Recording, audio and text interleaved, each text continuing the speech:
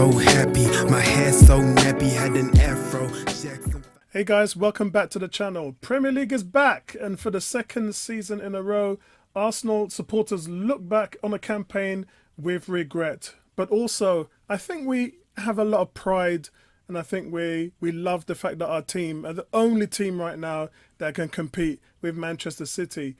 And Arsenal are reportedly set to return with a new offer for Mikel Merino in the coming days, and that's the only real business that we've got coming in, although they're still working on something special. Real Sociedad wanted to keep him, but that's not going to happen. He wants to go to Arsenal, and it's really just about figuring the numbers out. As far as anything else that's happening for transfers, the Gunners have also rejected an approach from Ajax to sign goalkeeper Aaron Ramsdale. Now look, this guy was supposed to be worth between 30 and 50 million. And the fact that he hasn't played, and when he did play last year, remember guys, it wasn't that great. Both of the guys struggled because of the battle for the #1 spot, and in the end it was only ever one guy that was going to win it. And I think as we come into 2024 and the new year, things started to settle down. There was far less noise from the media and the pundits, and Ray was able to just get into a form and actually won the Golden Glove. But it wasn't just that. He started 32 games and had 16 clean sheets. So he had a 50% hit rate for clean sheets, which is higher than any goalkeeper in Europe at that cause. But the fact that he only played 32 games and didn't start 6 tells you now that a full season from him is going to be what Arsenal really need. And the other side of that, guys, is Nketiah. He's been made to look elsewhere now because Bournemouth are set to drop their interest in him after landing Evangelis from Porto, and Nketiah could still leave the Emirates this summer with Fulham or Crystal Palace. But I think, and this goes for Ramsdale too, that if there's no takers that's willing to pay the money, then they're staying, because they can still add to the team in various different ways, especially Aaron Ramsdale. You don't want to go through a title winning season and something happens to your goalkeeper at lastminute.com. I think that you have to have all places covered, although they're saying that they're looking at Garcia from Spain, and then there's obviously Wojciech Szczesny. He's available now after being let go by Juventus. So I think that as far as transfers goes, that's the updates that we've got for you guys.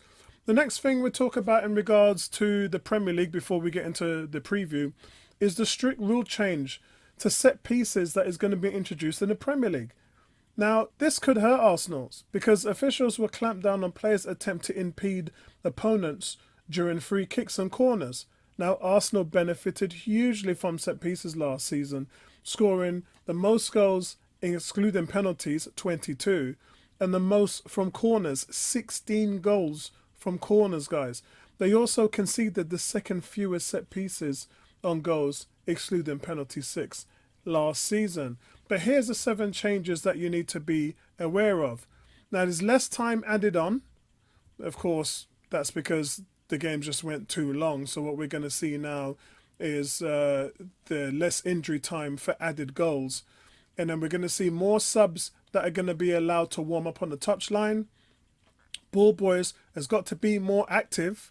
And I think that we all know why, because in the last minute of the games, for some reason, especially when it comes to the home team, they're not in a hurry to get the ball. So I don't know how they're going to get through that. More concussion subs. So I think that this is going to play into the safety part, and then allowed to encroach on penalties. They're going to cut back on that as well, because we saw a few of those last season. There's going to be a change to the penalty ball position as well. They stipulated that encroachment by players will be penalised only if it has an impact, meaning those who run into the box during a spot kick are not seen to have affected the game, nor will be penalised. And that doesn't really make sense to me. But then in regards to the ball position, they've sought to clarify what position the ball should be in on the penalty spot.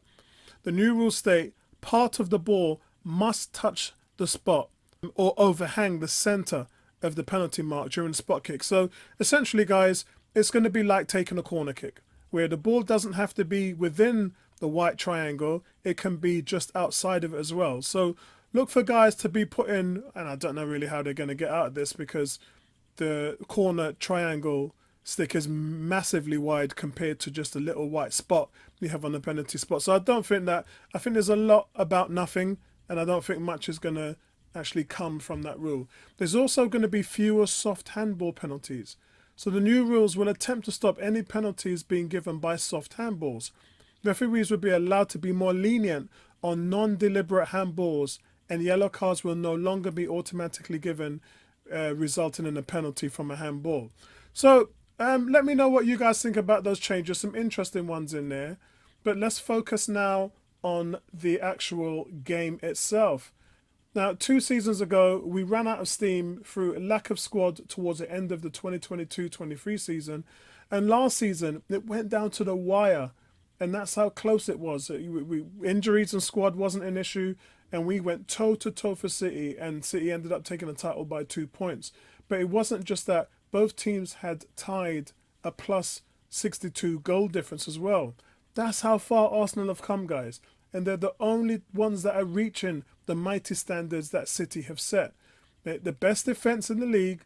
They broke all scoring records back-to-back seasons, Arsenal did, matching their best ever wins total of 28, set by the Invincibles 20 years ago. So fans, I'm talking to you directly now. You'll be encouraged from these improvements that was made last season. There was no sudden dip, really, in form after season when we basically dropped a total of 5 points throughout the whole of the 2024 calendar year, the second half of the season. But when Man City dropped points, we faced Villa, and that was the issue for me. Liverpool lost to Crystal Palace, and then Man City dropped points, and then we had to play Villa, and there was no physical collapse unlike the last season before. It was more of a mental collapse. And so by bringing in some new players and having that year to go by, Arsenal should be more mentally tough this year.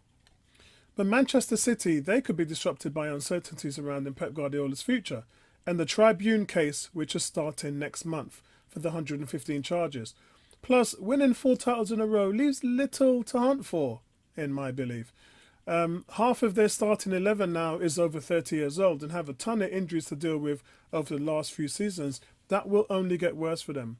Whereas Arsenal are improving every year, younger and hungry, and the standards they're setting are going to be awesome again. Look at Bukayo Saka, only player in the Premier League history to assist against every side he's faced. That's a goal or an assist against every team that he has faced.